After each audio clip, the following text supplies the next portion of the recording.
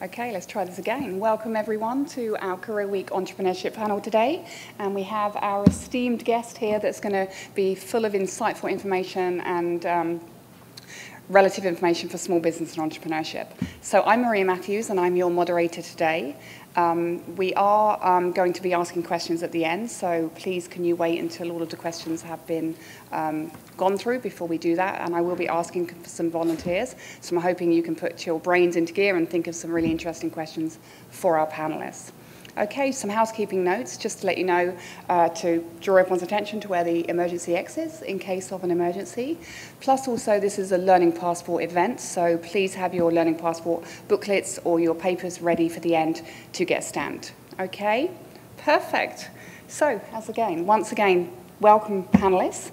I would like to start off the panel by asking you to give a brief introduction about yourself and your company, just for our students. Thank you. Do you want to start this end? Yes. Sure. Hi, I'm Tori Jarvis Grant. I'm the owner and creator and president of On The Mat Yoga Inc. We're just finishing our third year of business as a studio, 4 years in total, and I'm happy to be here. My name is Ross Argante. I'm the co-owner and general manager of Integrated Staffing Limited. We are a full-service recruiting and staffing agency founded here in Halifax about 5 years ago. We have offices in Halifax, Moncton, St. John, and last summer opened in St. John's, Newfoundland. Our company does a little bit of the full spectrum recruitment and staffing services from day temp general labor right through to direct hire, perm recruiting, HR consulting, and payroll services. As general manager, I'm responsible for the day-to-day operations of the business, operations and sales. I have a partner who handles the back office and financial aspect of the business. And yeah, happy to be here as well. My name is Jody Uloth. I'm the owner and founder of the Mesh Media Network. We are a sales, sponsorship, and marketing agency. We do have a few different pillars of focus, but our niche is sponsorship marketing and experiential marketing. So we work with brands. We've done work with RBC, Porsche, Nike. We work with the brands to do sponsorship on a certain property. We do Atlantic Fashion Week, the Atlantic Golf Expo. We do sponsorship for the University of Toronto basketball teams. So we work with the brands with the property and work with them to meet their marketing objectives. We've been in business for about 3 years. Yeah, and I'm really happy to be here. Hi everyone, my name is Christopher Webb. And I've been doing these panels now for about 15 years, which is really exciting. And I'm a visual artist. And if people ask me what I do for a living, that's what I tell them. And years ago when I was asked to be on these panel discussions, it was to be sort of the oddball. But somewhere along the way, things became less odd and a lot more serious. And we opened a cafe called Pavia Gallery Espresso Bar and Cafe. And it snowballed very quickly. And now we have 4 of them. We have our original one in Herring Cove. We have 1 at the Art Gallery of Nova Scotia, and we have 2 in the Halifax Central Library. So somewhere along the way, I became an entrepreneur, and I didn't really mean that to happen. Okay, good morning, everyone. My apologies for being late. My name is Jamie Sangster. I'm the CEO of Leeway Marine. Leeway was started in 2015, and we own and operate ships, of all things. So we started by a major acquisition of a former Coast Guard vessel. We've since moved to 3 vessels, and we generally operate in the hydrographic survey space, which is essentially mapping out the ocean floor and trying to determine what's down there for various commercial organizations and government organizations. Over the last 24 months or so, we spent a lot of time along the eastern seaboard of Atlantic Canada with our vessels, and most recently last season, we spent the entire season in the Arctic with 2 of our vessels. So. Very unusual startup, but we started with a really great team, including some relatives and friends of panelists up here. and we've had a very successful 3 years. Thanks. Thank you. And starting with Jamie again, we're going to come back along this way with the next question. Great. Just to mix it up a bit. What was your motivation for starting your businesses? I didn't want to have a boss. I can tell you that's one of the big motivators, probably for everybody up here. I had spent the previous 20 years in the Navy, and so moving from what is otherwise a very structured organization with tons of policies and directives associated with it, I got to the point where I felt that I thought I could be better outside of that structure. Of course, learned a lot of great skills along the way, I guess, but frankly, I felt like I was a bit of a caged animal, you know, wrapped in a uniform, and I felt like I had some creativity that I wanted to explore, and I also knew that I was surrounded by a network of friends and a network of colleagues that were more or less ripe for the picking in terms of looking after vessels and looking after the type of business that we do. And so it was sort of a mix of my sincere and utmost motivation to go out on my own in combination with the luck of being surrounded by folks that could support me to get through that.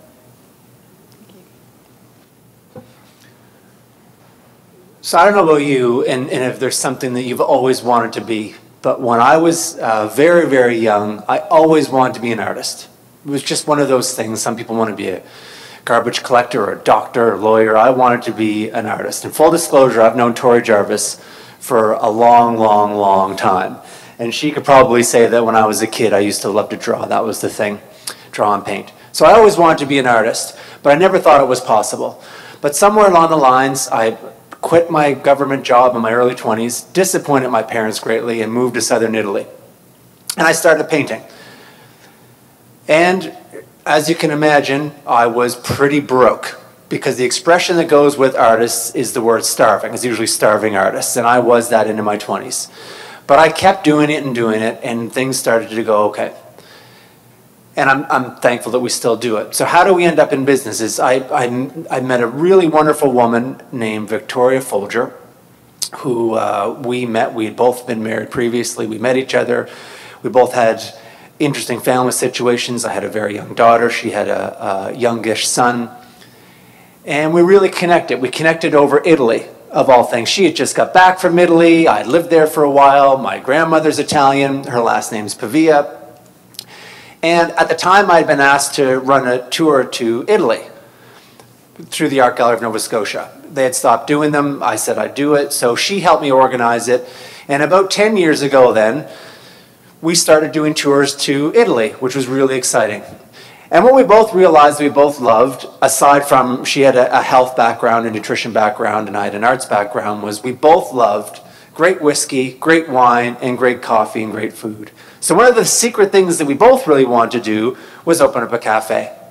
So lo and behold, as life kind of moved forward, we decided that we were going to open a cafe in Herring Cove. Mostly because A, we lived there, and B, we could never really afford to do it downtown. So we purchased a building in Herring Cove for a relatively low price. It was our fallback plan that if things went completely wrong, we could just sell the building. So we opened in Herring Cove. We started just the two of us. We would debate at 6 o'clock in the morning who should open. She usually won, and I would usually open at 6 o'clock in the morning. And that carried on for years. And because both of us didn't really have an entrepreneurship background, we realized through a really great conversation with our accountant that we were not doing very well. Mostly because we opened an espresso bar in Herring Cove and no one knew we existed. Well, we ended up putting forward a tender application for the library when it was about to open, and we won. So we suddenly went from 4 employees to 35 almost overnight. And then that snowballed into another location from there. So the motivation for opening Pavia and doing Pavia, it wasn't like we were sitting in chairs like you at one point going, at some point we want to open up a really, medium-sized business that employs 40 people. We sort of happened into it. And that's how we ended up where we are today. Thank you. Interesting. So my journey into entrepreneurship was kind of by default. I always talk about what don't you want to be growing up, and that was kind of my process of elimination.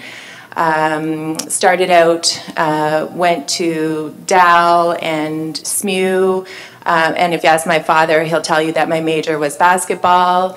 And then went on to do my education degree. Thought I wanted to be a teacher.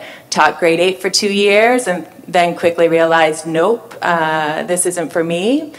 And then I went into sales. So I worked for Canon Corp. I worked for some of the biggest global corporations out there doing sales. So I did Canon Corporation, I did sales for them. I did commercial sales for HSBC Bank. I then went on to do advertising and media sales for one of the biggest publishing houses in Atlantic Canada. And it was then doing the advertising and media and marketing that, which is a really competitive industry in selling. Everybody wants you to buy. I was leaning towards, I was kind of like Jamie, I felt I was in a cage because the brand and the way that I wanted to do business wasn't aligning anymore with the way the company that I was working for was doing business. And I wanted to explore other things. And so by default, while I was working there, I had done some work with a friend of mine in Toronto. He opened up his own company, and he ended up doing the first ever sneaker exhibit at the Bata Shoe Museum in Toronto. And so out of my passion for sports and fashion, I came on with him, and I did the sponsorship for that. So that's when I reached out to Nike and doing sponsorship like that, which is stuff that I was really passionate about. And then 4 years doing that as a side hustle, it was time for me to walk out, and that's when I launched Mesh Media Network. You know, it's interesting. I think that you'll find that there's a lot of sort of correlation between a lot of our stories. I've already heard some, and you know, as you guys continue to network with people, friends, associates, colleagues, and other business owners, you'll probably hear running themes.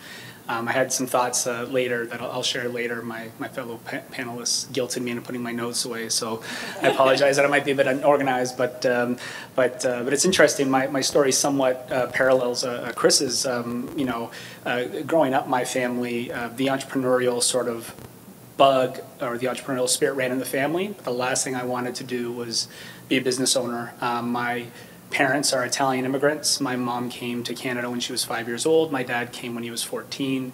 My dad learned through his father, you know, the trade of barbering. My dad still, to this day, he's in his 70s, and he cuts hair 3 days a week. And he is the perfect stereotype of an Italian barber with the chest hair and the silk shirt unbuttoned halfway down and the big gold chain. He's an old pro, and you know, his a few short years into his trade, he opened up a little barber shop with his father.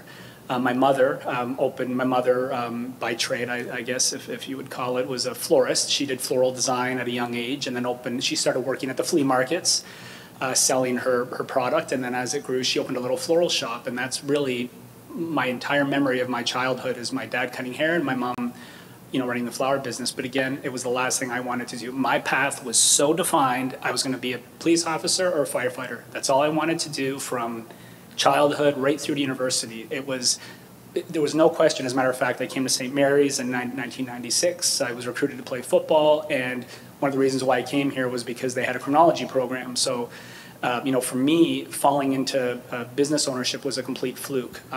What actually happened was throughout, you know, again, throughout my university days, everything just worked towards my eventually wanting to join the RCMP. Once I graduated, I joined, you know, I applied, flew right through the process, absolutely blasted through it, and then got turned away at the interview, and I was devastated. I was crushed, you know, because for so many years it was like, this is it. And then you get to the final process, the final step in the process, and I was rejected. And you know, when you have $40,000 in student loans and you get turned away from what you thought was going to be your career, you got to start working. So I just basically started looking for jobs, and I started working at Scotiabank. So for the first few years of my post-university career, I was a teller and a customer service rep at Scotiabank. You know, growing up, my mom always said to me, I was a really good kid, but I always got in trouble for talking. I just never stopped talking. By today's standards, I probably would have been the kid that was diagnosed with ADHD. I was just all over the place. So my mom always said, and I tell this joke a lot, that, you know, your mouth will either make you successful or it'll get you in a lot of trouble. And, you know, to this day, it's done a little bit of both. But I was always good at talking. I was always good at selling. I worked in the, you know, the shops when I was young. And so I knew I had a gift for it. But it was still a bit of an eye-opener when policing didn't work out for me. So started working at the banks, paying back the student loans, and realized I was really good at sales. So at that point, it was just, I want to create a good life for myself. I want to sell stuff. What it is, I don't know. And as I continue to sell, then hopefully my path will just sort of, reveal itself. I just hope that if I was good at selling, that eventually it would continue to grow. And around 2008, I had an opportunity to move back to Nova Scotia. I was living in Toronto at the time, where I'm from, and got a job as a sales guy with a really good friend who owned a successful recruiting business, and that was my sort of entry, my foray into the staffing and recruiting industry. In 2013, that business sold. It was swallowed up by a big player, and at that point, again, I just had to go out and find another job, which I did for a couple of years. But after being out of the industry, I realized there was just an itch I really, you know, wanted to scratch. I was really good at what I did. I had, you know, made a pretty good income doing it, and I wanted to get back there. So my partner and I just started talking. We actually were sort of shoved by a couple of good friends who were mentors and, you know, sort of business mentors and friends and good guys to bounce ideas off of. And they said, listen, you know, you guys were successful in that industry. Why not go do it for yourself? So, you know, sure enough, we started putting together the business plans. You start talking to the banks. You start talking to all the various channels that you need to, you know, the various lenders, banks, investors, whatever it is. And then lo and behold, we incorporated in 2013, and similar to Chris's story, the business sort of took off. We basically opened our second location in our second year, third location in our third year, fourth location in our fourth year, and this is our fifth year. We're looking for we just celebrated our fifth year. We're looking at expanding into a new market this year. So again, never thought this is where I was going to be. Sort of fell into it, and it's taken off. So that's my story. Yeah, you do talk a lot, Ross. Thank you. Fun fact, I actually have a work of art of Chris Webb's from when we were in grade 3, actually. Yeah, we had an art project where we had to describe and draw our favorite food, and mine was French fries. And I think that if you look today, you could possibly make out that it was French fries because it has like the Burger King label on the front, or what the Burger King label was, I don't know, 30 years ago or something. But my mom got it laminated, and what is laminated to the back is your favorite food from the time. It was ice cream.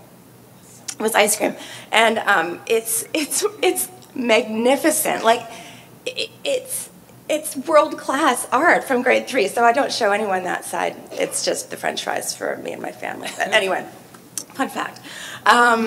So how I got into my business, I mean, there's like, you know, the flowery version. Entrepreneurship also runs in my family. My father and his brother, my uncle, had a small business from the time that I was born. And I would always go into the office and sit at his desk and imagine myself as the boss when I was little. I loved doing that. But I actually fell into it as well. I was downsized. I was fired, and it was humiliating. And this was about 4.5 years ago, from a job that I had grown to vehemently dislike, actually. So it wasn't all bad, and it got to me where I am. But I worked in commercial real estate, and I worked in the industry, and for a company where really no one looked like me anymore. I did not feel a connection to that industry or the company. There were women, but there were no women doing specifically what I was doing, sort of at the level I was doing it. And there were no moms. And at the time, I had a 2- and a 3-year-old. And I wanted to be an active mom, too. I wanted to be in their lives. I wanted to pick them up from preschool, and I wanted to take them to preschool in the morning, and I didn't want a nanny or someone else to do that. And in my industry, that was really frowned upon. Nobody had done it before. Nobody had been a mom and been successful at what I was doing. And it really made me mad. And I thought, I want to do this better. I don't want to do this, but I think that I can be the boss better than other people are being the boss. And at the time, I had a full-time job, a pretty big job. I had a 2 and a 3-year-old, but I was also teaching yoga part-time. And it was really the only time of the week that I loved working. I loved teaching yoga. And I thought I was pretty good at the time. I had only been teaching for about 4 years. So the day after I was fired, I got calls in the industry, do you want to come work for me? Do you want to come work for me? And I thought, no. I was 39 at the time, and I thought, if I don't do this now, I'm probably never going to do it. Both kids were going to be in preschool the next year. So I thought, I'm going to have so much time on my hands with a 3 and a 4-year-old. I was crazy. But I thought, I'm going to make both of these worlds work. I'm going to teach yoga for a living, and I'm going to run my own business. And at the time, it wasn't a studio. It was called On the Mat Yoga Inc., but it was just me, and I created a brand. And branding is very important, as I'm sure we'll talk about today. And I created a website that looks pretty much like the website does today. So it looked like it was a ginormous company, and it was just me running around teaching like a zillion yoga classes a week. And what I wanted to do was teach in the corporate world. I wanted to teach women like me who needed that through the course of the day, because I thought there has to be other people like me who are super frustrated with not having time to be healthy and breathe and just have a moment through the day. So I started On the Mat really as a service that I would have wanted when I was in the corporate world. And it quickly grew. It grew to a point where I couldn't teach all of the classes. And I had to hire other people to teach classes. And it just became sort of this whirlwind where I thought I need a home base. And I had my eye on this piece of real estate for quite a while, since I had actually been in the real estate world. And I had walked clients through this space. And I thought, oh my God, if you took out this wall and you took out this bathroom. And anyway, I kept driving by it because it's really close to where I live every day. And I just thought that's it. That's the place, that's On the Mat. So 9 months later, I signed a lease on the studio, and we opened in March 20th. Like I said, it's our 3rd year anniversary coming up.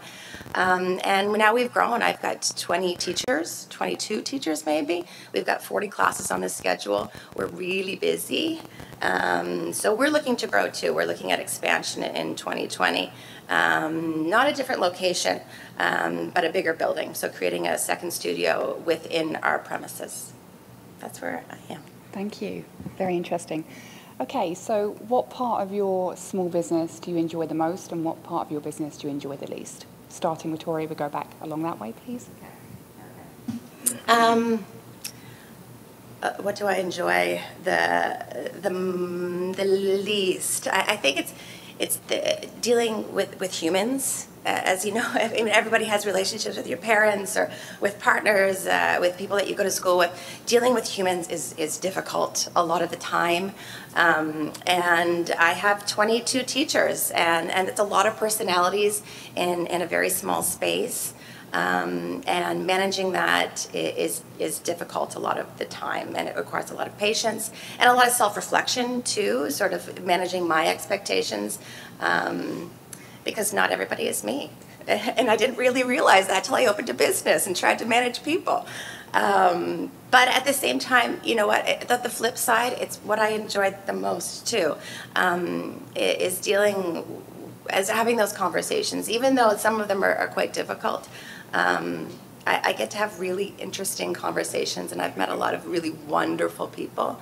And all of our members who walk through the door, I try to be there almost every day to say welcome to everybody who walks in. I really, really love it. And I feel really lucky on a daily basis to get to do something that I love every day. I've got a fun fact. Wasn't my wife with you when the name On the Mat was conceived? Yes. So I'm going to turn my microphone on for a second. This is a panel of people who have known each other for a long time and are related. So Ross's wife is one of my best friends. Jody is one of my best friends. We played basketball against one another and together our whole lives. And we worked together too. We bartended. Chris, I've known since I was in grade 3, and Jamie is my brother-in-law. He's married to my sister. So, and Carolyn, Carolyn came up with the name On the Mat. She had a dream about it. So we knew that I had wanted to do this on the mat, and I had shared it with like a handful of people. When you're starting your business, you don't really want to shout it from the rooftops yet.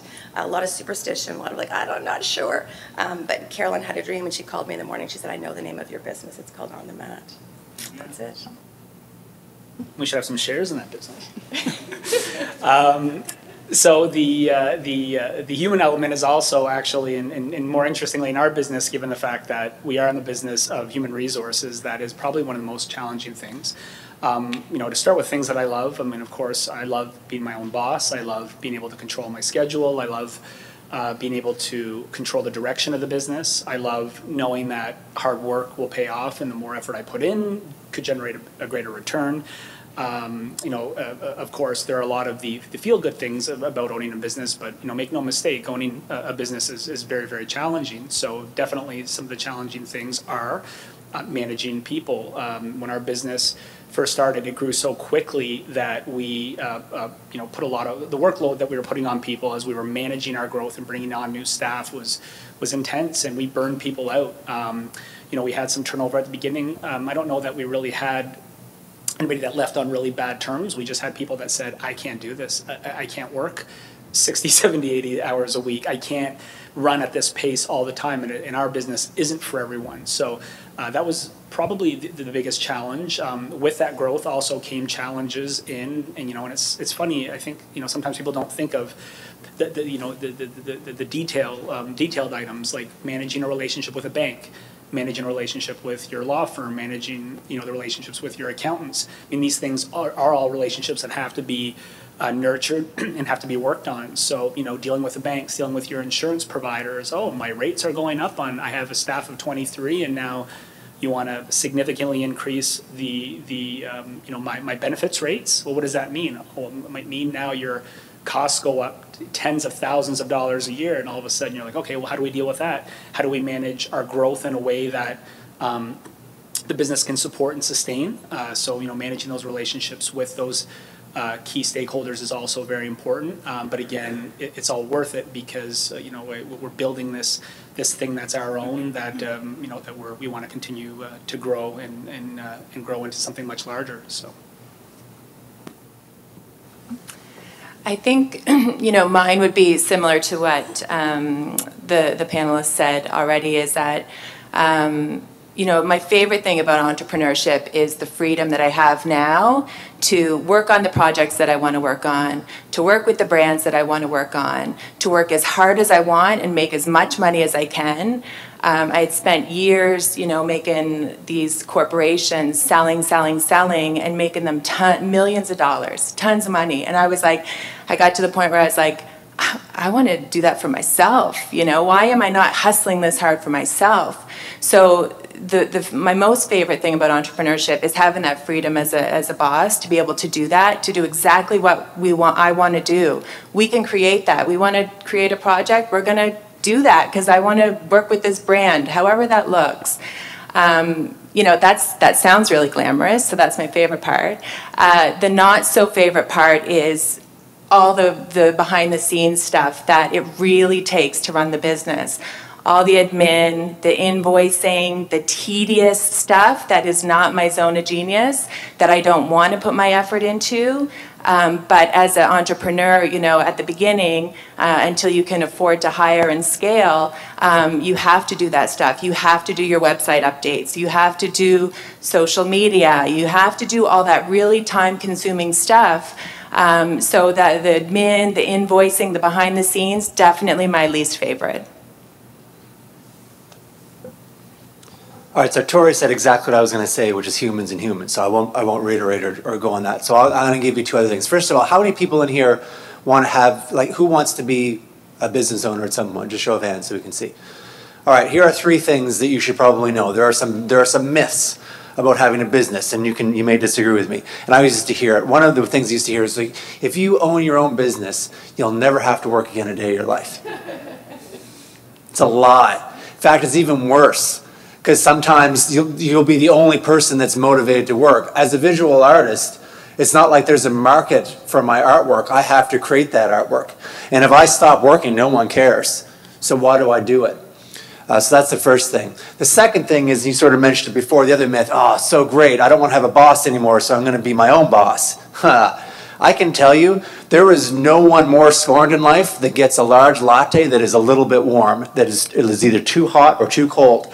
I have more bosses now than I know what to do with. We do 800 till transactions a day between the library and our other spots. I have so many bosses now I don't know what to do with. And oh, by the way, the employees I have, they're actually my bosses too, because it's my job to make them happy. So that's another myth. The other thing is hours. It's so great you can be your own boss. You can work when you want. 100% you can. Just pick which 15 hours of the day you want to work. And those are 3 facts you need to know getting into business, so they're missed. So I'll just say those. Those are the things sometimes that I find challenging. What do I love? I love the fact that I can put creative energy into something and see it through. I love the fact that all of our locations are painted in Van Gogh's Candlelight, which is the exact white that I love. It's not blue white, it's not pink white, it's just like it's the perfect white. I love that we found a window the other day from Renovators Resource. It was from a convent in Antigonish, and we're going to stick it in our spot, and we're going to do it the way we want to do it. I love that we can come up with new menu items. I love the ability to figure out something that we really want to do and then see it through and have someone not say no. Although, because we don't have a boss and we have 800 bosses a day, if people don't like it though, oh my gosh, they will let us know. So those are our 2 things, my 2 things. There's not a lot left. You guys have taken a lot of good stuff there. But I'm going to talk about a little bit of the dislikes. And I think there are probably dozens and dozens of things. And Jody talked about some of the background admin, which is tough for all of us. You don't become an entrepreneur because you like to run payroll and you like to do legal transactions. It's not the way you do it. Unless you're starting a business doing that, of course. So what I would say is that you can boil a lot of the downside risk of entrepreneurship to one word, and that's uncertainty. Uncertainty is really tough to manage. It's tough to deal with. In your everyday life, it's tough to deal with. When you put a layer and an element of a business on top of that, it does become very difficult to manage. And uncertainty comes in a number of different flavors. It could be financial uncertainty. It could be uncertainty related to whether you can find the right talent. Uncertainty related to the quality of things that you create, whether that's art or whether it's managing a fleet of vessels. There's a lot of uncertainty associated with that. It's tough to manage. It's tough to deal with. And some days the uncertainty is a lot higher than others. So you have to ride the wave of uncertainty, so to speak, and you have to really deal or learn how to deal and manage with those lows, which inevitably do happen. So, you can, I think probably in my circumstance, trying to deal with uncertainty has been the biggest challenge, and there's been a lot of risk associated, obviously, with capital acquisitions and those sorts of things, and we could tell loads of stories about that nonsense. But when I talk about or when I think about the positive aspects of being an entrepreneur, I would say there are 2 fundamental things, and they may sound a bit trite, but one of them is winning. And there's no doubt that every one of us up here, when you win a job, it gives you that feeling of exhilaration, whether it's a bid that you've won or whether it's you've brought on a new commercial client or a commercial portfolio, whatever it is. That feeling of winning never dulls, it never gets boring. I've not seen that yet. So you can have a million bad things happen, and then you win a job, and that's all erased. You're like, God damn it, we won. How about that? And that feels really, really good. And so I would say that's almost, as an entrepreneur, winning a job or feeling those little victories are... they're amplified in many respects compared to what you've done before in previous business when it's somebody else that's the boss and they're winning. So that's one thing. And then I'm going to say one other small point, which it seems like a little victory, but payroll is annoying. But here's one cool thing about payroll is that when you run it every 15 days or every 2 weeks, you look at those numbers and you think, wow, we're providing food the tables of 25 people or 50 people or whatever that number is. And we've done that from nothing. So none of this was created. None of this existed 3-4 years ago for all of us. It just didn't exist. And here we have, you know, a group of individuals working super hard to run the business. And as a result of that, generating revenue and generating value that's going back in their tables. And, you know, some of the folks pull into the parking lot with new vehicles. And you think to yourself, wow. They've done that because we've all, as a group, created value. And those are small victories, but running payroll, as annoying as it is, and you'll see that if you start a business, it is, every single time you do it is a little victory, and it feels good. Thank you. So keeping with Jamie, and we're going to work back along this way, can you describe your most significant challenge as an entrepreneur or small business, and how did you deal with it? Right. Okay, I'm going to, I guess, attack this one with just a detail which is probably just relevant to the type of company that I've created. The biggest challenge was actually in the first 3 or 4 months, and that was capital acquisition. And any of you guys that are going to start a business, money will become a factor. You know, you need to think about that. If you're going to start a business, it doesn't start itself. You need to have a little bit of cash in the pocket to do it.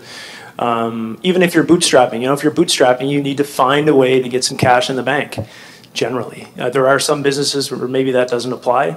I don't know what they are, but there may be some. So I would say the biggest challenge is just trying to figure out that first step, that first leap. Where do you find that funding? Is it money you find yourself? Maybe it's, you know, a couple $1,000 you've squirreled away. But the challenge is trying to figure out the best way to structure your business and get money into your business initially so you can use it to grow. In our particular case, it was a very complex, well, certainly complex from the perspective of somebody that had zero experience running a business. I didn't come from a family of entrepreneurs. It wasn't in my blood. I had no clue what I was doing whatsoever, and Tori can back that up. So the first 3 or 4 months of the business meant we had to find a significant amount of cash to buy a ship. Ships aren't cheap. And so that challenge of putting yourself as an inexperienced entrepreneur in front of banks, in front of investors, in front of family, in front of friends, and saying, look, you guys need to trust me. We know what we're doing here. There's an opportunity in the market. We understand what the opportunity looks like, and we know how to close on the opportunity. And please give me a bunch of money. It's really hard to do, especially if you've never asked for money before. That is the harsh reality of entrepreneurship and starting a business, that you need to learn to have those awkward financial conversations and find a way to drum up money so that ultimately the goal is drum up the money so that those that gave you the money can make a bunch on the back end. That's the point, right? So you're going to, either somebody's going to buy shares in your company or the bank is going to give you some cash. With the intent to make money off you, and that's okay, that's the point. But the point of this discussion is to give you kind of a, you know, the reality check on what the challenges look like. The first challenge many of you will face will be money and those awkward conversations on how to find it. Thank you. It's the biggest stumbling block, the biggest problem we've had. I'm going to give you an analogy and then tell you how it worked out. So we lead tours to Italy. Before we do the tours, though, before we're going to take all of you to Italy, we need to make sure that the places we're going to stay have nice bathrooms and the toilet flush and everything's good. So Victoria and I, when we first started doing this, we'd get in our car and we'd drive to these places. And I'll never forget, it was about 4 years ago, we went off, we had a few days, we went to a hilltop town and we drove up and there was this beautiful castle. And we drove up towards the castle, and it's all one-way streets, and we're driving down the street, and the street gets narrower, and the street gets narrower, and we go around really tight corners in our Fiat, and the streets get narrower. And then we're going through like this pillar system of trying to get our car around these pillars. And we drive it just through and through and through again, and then Victoria has to get out of the car to figure out if we can continue down. And we're measuring how many inches we have on the side, and then we're realizing that we can flip the mirrors in, and we scrape the car getting through. Because what we realized was we had gone, because we were so excited, we went so far forward that we had no way to get out at all. There was no way we were going to be able to back that car up. And Victoria was so cross with me.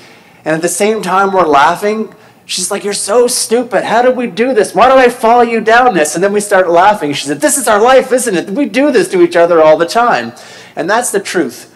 The biggest stumbling block we've had is ourselves. And we would put ourselves constantly in positions that we couldn't get out of, like payroll or funding, or like contracts or leases or rent. Like we put ourselves in just awful positions of having no choice.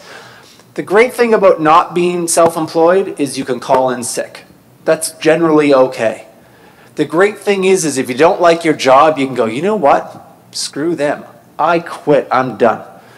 I can't tell you how many times the woman I love has looked me in the eye and went, I'm done. You can have it. Pavia's yours. And I've done it to her too. We've given each other Pavia many, many times to each other. So that's been the biggest stumbling block is realizing that sometimes you put yourself in positions that you have no way of going other than just forward. You can't get out of. And I don't know. I mean, we have a great relationship and we're more in love now than we ever have been, and it's wonderful. But holy, there have been some challenging moments. So that's been the biggest challenge. I'm sure that, those are challenges too, payroll and financial, all those things, but just not being able to get out of it sometimes. And thankfully we couldn't get out of it because we got to a better place with our business and our lives because of it. And you're still married. Or dating, sorry, I don't know. We're not married. Is that inappropriate? But I keep telling her I'm available. Like, she can ask me and I'd probably say yes. I would say, similar to what Jamie said in terms of the biggest challenge in terms of being an entrepreneur, and it definitely, from my perspective, was money related. There were some real times when when I left the media company, advertising, you get your two paycheck every 2 weeks. You have, your commission sales, all that good stuff. Well, when I left, I was like, I can do this for myself. There were some real moments of, no money coming in. And that's a major challenge, and trying to, am I putting enough proposals out there now to, generate revenue this month, next month? What's my strategy for 3 months, a year down the road? So it's all business development, and, to be really active on that. I would say, yeah, definitely one of our biggest challenges. And one of the things that we do as a company also is we teach sales training, because I've worked with so many corporations who spend billions of dollars annually on sales coaching and training. We put that together and did our signature Upgrade Your Sales course. And the reason I did that was because I worked with so many entrepreneurs, a lot in the fashion industry, creative entrepreneurs who are beautiful at what they did, extremely talented at their art, but didn't know how to sell themselves. So we will teach them, just basic sales training stuff. But yeah, definitely one of the challenges is that you guys really have to understand what your strategy is, because it's no fun having no money. To be broke as an entrepreneur, it really plays on your mind. Yeah. One thing that I think that's really important is that we, one, paint a realistic picture, but two, don't scare you guys out of following your dreams or your passions. Every business is different, has a different requirement, whether you're a service-based industry, whether you're capital heavy, or whether you're in the retail industry. So our businesses, there's probably a lot of correlation between some of our answers, but they're not the only way to run a business. And I don't know if you guys watch TV shows like The Dragon's Den or Shark Tank. Before I started my business, it was a show I watched all the time. I loved it. Some of that's made for TV, but a lot of that, there's real stuff happening there. And what you see a lot of different businesses that are at different stages of their growth and have different problems. And you start to realize, wow, there's different, there's a whole bunch of challenges and a whole bunch of ways to look at those challenges. You could be somebody who's very passionate about a product that you have or an idea. I mean, I gave the story earlier about my mother. She was a florist. She started tinkering at home, made all these cool little arrangements, started selling them at flea markets. Her growth defined her path. She became so successful that one day a week, doing the flea markets just wasn't cutting it. She had to find a standalone store, very similar to Tori's story. Tori had built a brand, had built a great a following, a clientele, but needed a space, and that space supported that growth. My father was a technician. He was a skilled laborer. He was a barber. That growth, that skill pushed him into opening a business. So absolutely, money's a problem. For my answer, our number one challenge has been managing the growth. We blew up so quick that all of a sudden, it doesn't matter that you go to a bank and say, hey, our company is making X amount of revenue. Now the banks actually get scared of that growth. It's hard to believe that a company that generated as much revenue as we did in our first year, when we thought we weren't going to make money for a couple of years. And after our first year, we went back to our bank and we said, we need you to lend us more because we have to support this growth. They said, no, we're a little too scared because, we got to make sure that you guys are managing your growth properly. And that was a foreign concept to me. I thought, I'm selling, our clients are paying their bills, everything we're doing right, and it's working. Why won't you support us to grow? We actually switched banks at the end of our first year and have been with our current bank ever since because they've been amazing. They understand our business, they understand our growth, they understand how our revenue model works and why we might at times need them to increase our borrowing needs significantly because a month later it's all going to be paid off, crazy fluctuations like that.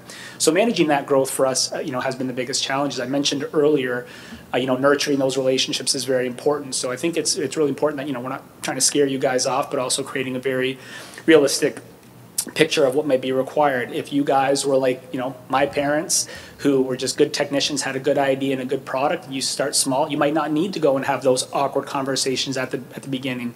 Or you guys might have a great idea, invented a product, and you guys need to go out there and raise $50,000, $100,000, $150,000. Well, where is that going to come from? That's a whole other ball game. But again, to some of the points that you've heard earlier, preparation is key. You're really having a good business plan is important. One other thing I will say, I thought I didn't want to forget, is that you also have to know your limitations and your flaws. I know what I'm really good at, and I think I'm the best in the world at those things, but I also know the things I'm not good at. I am the worst in the world at those things. So I think I'm the world's best salesman. I think I'm the world's best operations guy. I will do what it takes when it takes. If I have to go out, I've worked labor jobs for my clients because we couldn't find the skilled laborers to do those deeds.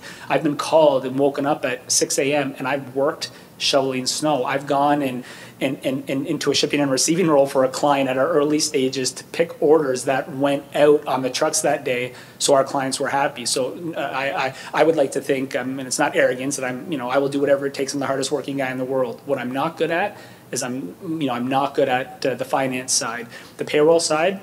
It's foreign to me. It's like a foreign language.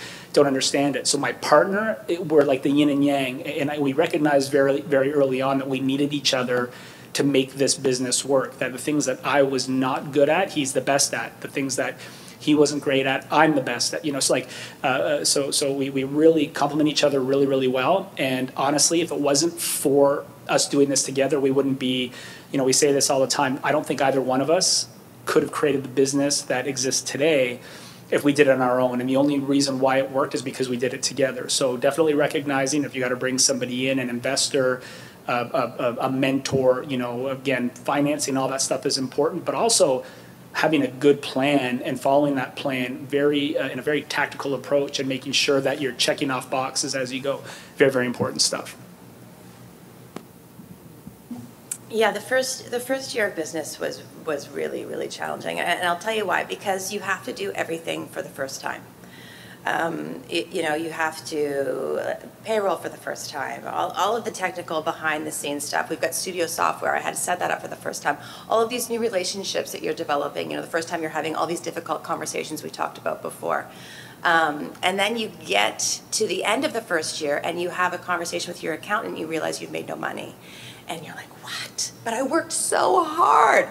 And then you realize that it's much easier to be a bad boss than a good boss because it's really difficult to stick to your mission statement. It would be much easier, and I would have made more money if I paid my teachers less. if I'd spent less time with them, having teas and coffees and listening to their ideas and working with them on their classes. I had, when I started the business, and again, it was just me teaching a zillion classes starting the business, I had these two sort of mottos that I've sort of have grounded me in bad times. And that first year, the year-end statement, when you look at it and it's a negative, it's a bad moment. The first one is Nike ain't worried about Reebok. And if you come to our studio, our Wi-Fi password is Nike ain't worried, because it's easy to look around and you see other studios and other companies that are, maybe they're having a sale and you're not having a sale, or they're doing this workshop, or they copied your workshop, or they copied this class. And it's easy to sort of get caught up in that narrative and react rather than respond and stick to your mission statement and your plan. And the other one was, fate whispers to the warrior, you cannot withstand the storm. And the warrior whispers back, I am the storm. And then I always say, motherfucker at the end, because it's so bad, it's so badass to me. And I feel like you are going to face a lot of adversity in that first year, but the good thing is that you don't have to do it all again for the first time. You're doing it for the second and the third and the fourth and the fifth time, and it gets a lot easier. And if you do stick to the mission statement and the values that you hold really close, and you lead from that place, you do end up making money. And that's it's a really nice thing to have to look at your bank account. I know my brother-in-law and I have the same issue. Instead of paying ourselves more, we'd like to look at the bank account and watch it grow, because it's really fun. It's like it's a weird thing that I like to do, and like, oh my God, it's growing, it's happening, it's working. If you build it, they do come eventually. So yeah, that's it. Sorry for the swearing, but. Thank you. Okay, starting with Tori, going back again. Can you give some personal and professional qualities that you can give, you believe are necessary to open a small business or be an entrepreneur? I think that customer service is a dying art. And I think that you have to be really, really good at it, especially in a service-based industry. You know, growing up, I waited tables and I tended bar. And you notice the little details. You know, if someone doesn't have water at a table, you take and you give them water. And if someone doesn't have their bill, you get their bill. Or you take out food, even though it's not yours, to a table that might not even be yours. Customer service is so important. And I say this all the time. Everybody notices everything, even if they don't know that they're noticing it. You know, when they walk into my studio, it has to be warm. The lights have to be on. I want it to be clean, no salt on the floor. I want you to be greeted with a smile. I want people to say welcome. It all really, really matters. I know that we were going to be asked this question today, and I was like, oh, you should study this more and this more and this more. Go get a job serving tables, because it is some of the best training that you will ever have. You know, as a continuation of the previous point I made, you know, I think in terms of good qualities is you know, first, it's important to know what you want. And again, I said, you know, earlier that there are different types of businesses out there. So what do you want? Do you want to be somebody that can retire early, so you're completely revenue focused? Or are you somebody that is so passionate about what you do, you're a chef, so you just want, you know, a food truck because you really just want to create a job that will give you, you know, will essentially give you a paycheck. So you're a business owner that's paying you enough to live your life each day. That's okay. The world needs businesses like that. The world also needs hungry, aggressive entrepreneurs that want to grow their business, create jobs in the market, contribute to the economy, you know, et cetera, et cetera. You really have to, you have to know what you want and you have to follow it. You also have to be a little bloodthirsty, and maybe this is just, me, but, I want to be the best at what we do, so I kind of want to crush my competitors, and you don't have to be that way. You can be somebody that just wants to be happy and, sing Kumbaya, come in every day, and again, have a good day at work and leave with a paycheck. I want to be the best. I want to generate the most revenue. I want to provide for my 23 staff, my family, To Jamie's point earlier, I want them to be able to go on trips and to invest, to do whatever they want to do, have families. We have a couple of staff who are pregnant right now. We have one on maternity leave, and I love that. We're helping provide for them and their family, and their families grow. I will tell you, without a doubt, in my opinion, the number one trait that I admire and I think will always ultimately pay off is hard work. I mean, you've heard it here time and time again, putting in the hours, just putting your head down and getting it done. I do see a lot of examples nowadays of people that want sort of the quick fix or the quick hit. They want, maybe they go through school and get their, master's, their PhD, and they think, I better get out of school and have, a six-figure paying job, or I want to start a company, and it better make millions at the end of the first year. And I mean, I hate to say this, and there are examples of that happening, but it's not the norm. If you're going to play the odds, what you've heard are 5 examples today of businesses that were gritty, that took a lot of hard work, and again, there is a payoff. There's light at the end of the tunnel, but I mean, it doesn't. For us, it didn't come easy. So, work hard. Hard work always gets recognized. Don't be afraid to take some time, and don't be impatient to think it has to happen tomorrow. If let's say you're an IT person and you want to start a little IT business, just go out and get a job doing that for a while. If you want to open up your own yoga studio, maybe go out and teach yoga for a while. Learn the business. Don't be afraid to work at the cash for a little bit. Put some classes on, learn the business, and then go out there and do it on your own.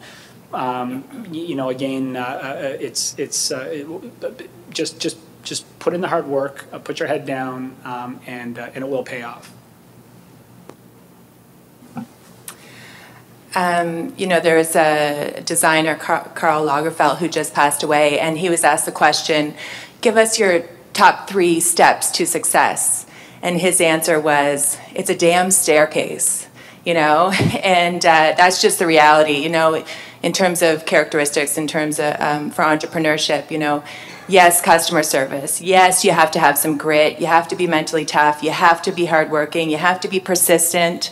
If I can add something to that, you have to be willing to try new things, and you have to be willing to fail.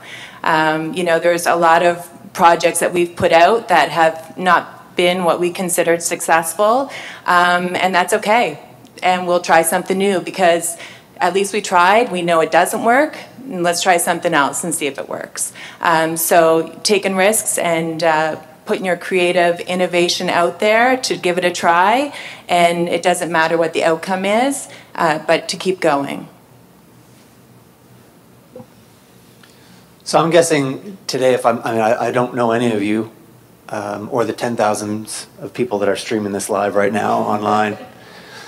I'm going to guess some of you are introverts, some of you are real introverts, some of you are extroverts, some of you are extreme extroverts, some of you are really passionate, some of you are more than passionate, you're really dramatic, too dramatic, and some of you are just so mundane and you just want routine all the time. And you have you have a special skill, you have something maybe that no one knows that you know that you do, maybe you even don't know that you have it yet.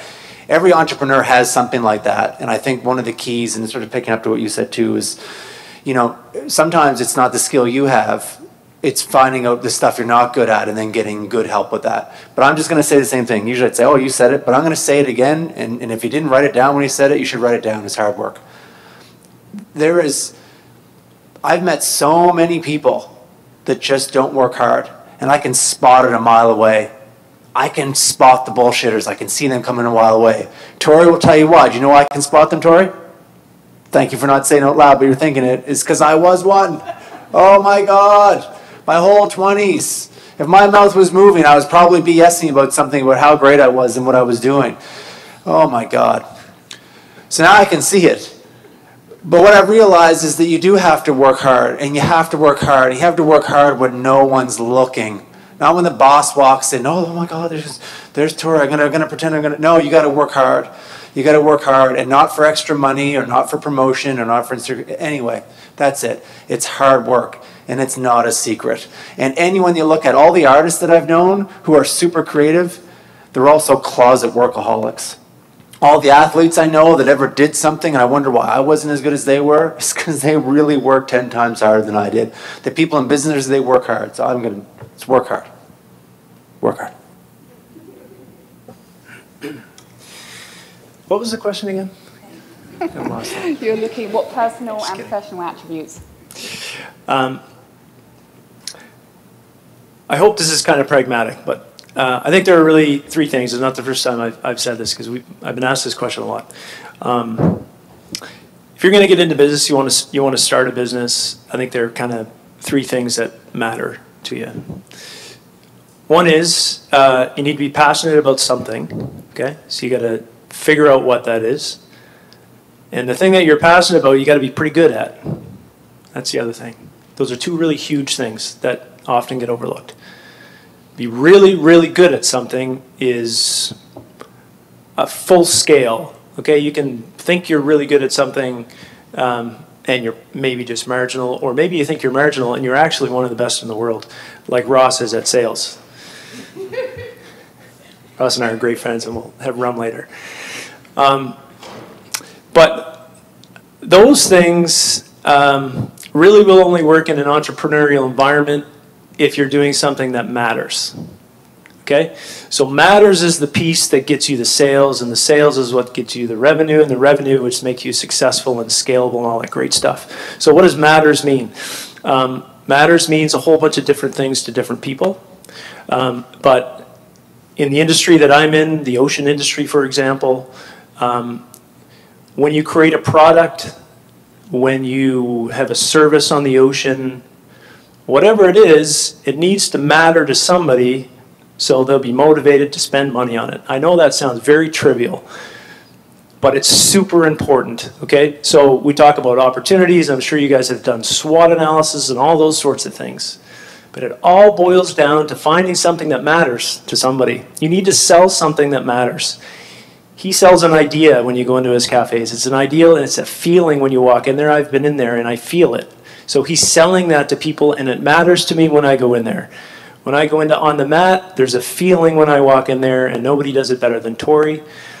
She's selling that feeling, that place people can go and be safe and be themselves, and that matters to people.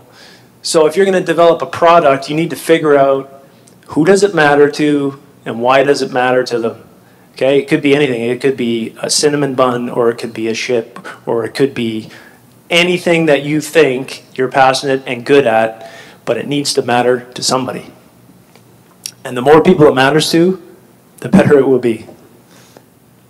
Thank you. Okay, we have a couple minutes left. I'd like to open up to the floor. Does anyone have a question? Thank you.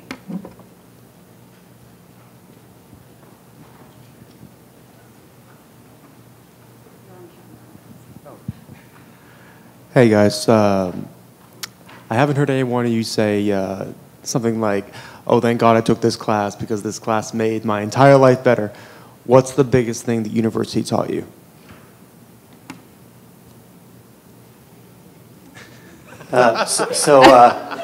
Loaded question, I know. I should have gone to art school, and I didn't, because everyone said, no, you're too good for art school. Don't go to art school because you need to have a job when you get older. So I did something really practical.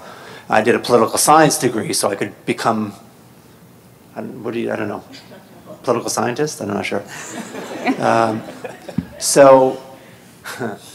But I got really involved with university. And so it wasn't what university taught me in terms of coursework. I took a spine class that was really great, that really helped me out with roommates and figuring out if they were going through my stuff. But university itself was the thing. It was going through, it was going to classes and going on time and listening. It was working hard in classes that I really didn't enjoy, but still needed to get A's in. And that, again, that's kind of one of those entrepreneurial skills is none of us probably like accounting, but I'm going to guess we all know enough about it and taught ourselves how to do it because it was really important. So that's one of the things it really taught me. Yeah, actually, I just want to jump in quickly. I would support that 100%. I mean, I came from Ontario to here. I was on my own, so really it was, I had to be a big boy in the big boy world, make sure I'm taking $40,000 in student loans. I better show up to my class. I better make sure that I pass. I better make sure I studied for my exams, my papers get handed in. Again, similar to Chris, I left with a criminology degree that I'm not using at all today, but at the same time, I loved my classes. Actually, philosophy were probably the philosophy classes were my favorite classes. But at the end of the day, it taught me how to to adhere to a schedule. It taught me that sometimes, no matter how hard you work, sometimes things just don't go your way. But sometimes putting in that extra little bit of time will pay off. So it's more life lessons I think came out of those 5 years for me than really that specific degree myself.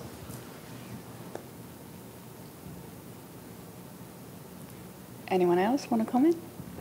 All right, I'll jump in quick. One of the things I mentioned before about you need to be good at something. Well, university, school in general, college, whatever it is, it helps you get good at something for most people. Not all, but most people. So you need to understand that it's super important to be here, super important to be in university learning something, unless you already have a mad skill like he has, that you're born with and you can be passionate about and good about, then that's fine. For the rest of us who aren't blessed with that, I spent a lot of time sitting where you did. Was it all germane to running a business? No, it wasn't. But it was knowledge, and you draw on that knowledge surprisingly often as you move along in business. I look back at some of the classes I took, and some of the ones that I thought were the most irrelevant classes turned out to be some of the most important ones. And I would say when I look back at university, I look back, I hate it. I didn't like it, to be honest with you. It was very difficult, but it was super important. Now that I'm in this business and you're dealing with people and trying to understand really difficult situations, having that background and sitting where you're sitting today, you'll realize is super valuable. And you only really get one shot to do it. So if you're not showing up to class and you're half-assing it, well, that may not, but it may carry through when you start a business where you may half-ass it. So now's a good chance to prove to yourself, and this is not a motivation to try and bring you to school, it's really not. I'm being honest. When I look back at university and the classes I took, it was incredibly valuable and very, very germane to what I do now, I will say that. Thank you very much. Well, we're out of time, so I'd like to join me in thanking our panelists today. Thank you very much.